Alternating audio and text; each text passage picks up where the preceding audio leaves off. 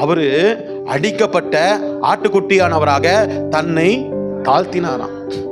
அவர் சாதாரண ஆளு கிடையாது. அவர் யார் அப்படின்னு சொன்னா வல்லமை நிறைந்தவர்.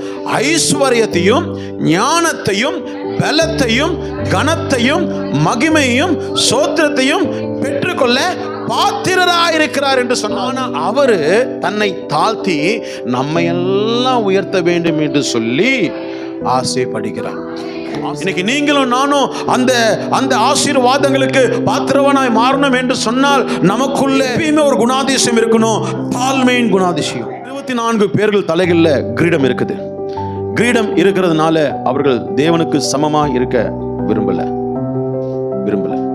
அவர்கள் தாழ விழுந்தார்களாம் சிங்காசனத்துக்கு முன்பதாக. தங்கள் கிரீடங்களை எடுத்து அவருடைய பாதத்தில் வச்சுட்டாங்களாம். தேவனுக்கு எப்பவுமே நன்றி உள்ளவர்களாய் இருக்க வேண்டும். தேவாலயத்திற்கு நன்றியுள்ளவர்களாய் இருக்க வேண்டும். தேவனுடைய ஊழியனுக்கு நன்றியுள்ளவர்களாய் இருக்க வேண்டும். யார் நன்றி சொல்ல முடியும்? யாரால தாழ்த்த முடியுமோ அவர்களால தான் நன்றி உள்ளவர்களாய் இருக்க முடியும். இன்னைக்கு மோசே குறித்து நம்ம பார்க்க முடியும். மோசே இடத்துல தேவன் பேசும் பொழுது தன்னை தாழ்த்தி. ஈசாக்கு குறித்து நம்ம பார்க்க முடியும். ஈசாக்கு இடத்துல தேவன் பேசும் பொழுது தன்னை தாழ்த்தினான். இப்படி ஒவ்வொரு குறித்து நம்ம பார்க்கும் பொழுது அவர்களுக்கு ஏன் இதெல்லாம் கொடுத்தார் ஆண்டவர்? ஆனா வேதம் சொல்லுது, வெளிப்படுத்தின விசேஷ புஸ்தகத்துல நீங்க மட்டும் தான்ப்பா பாத்திரரு, நீங்க மட்டும் தான்ப்பா பாத்திரரு, இது எல்லாத்துக்குமே நீங்க மட்டும் தான் பாத்திரரு, உங்களை தவிர வேற யாருமே பாத்திரர் கிடையாது, அதுக்கு நீங்க தான் தகுதியானவர் அப்படின்னு சொல்லிட்டு பாட்டா பாடி புகழ்ந்து தள்ளி அவர் என்ன பண்றாங்களாம், கனப்படுத்துறாங்களா. ஆனா தேவன் இதை எல்லாமே பூமியில இருக்கிறவர்களுக்கு கொடுத்திருக்கிறார். இன்னைக்கு நீங்களும் நானும் அந்த அந்த ஆசீர்வாதங்களுக்கு பாத்திரவனாய் மாறணும் என்று சொன்னால் நமக்குள்ள எப்பயுமே எப்பயுமே எப்பயுமே ஒரு குணாதிசயம் இருக்கணும், தாழ்மையின் குணாதிசயம்.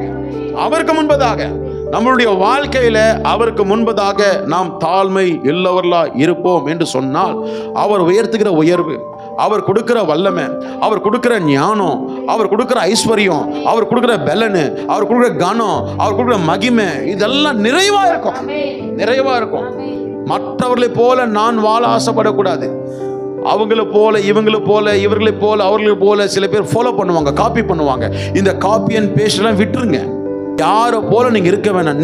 நீங்களா தேவனுக்கு முன்பதாக தேவன் கொடுக்கிற வல்லமையில, தேவன் கொடுக்கிற ஐஸ்வர்யத்துல, தேவன் கொடுக்கிற ஞானத்துல, தேவன் கொடுக்கிற பலத்துல, தேவன் கொடுக்கிற கனத்துல பெருகுங்க, பெருகுங்க, பெருகணும்.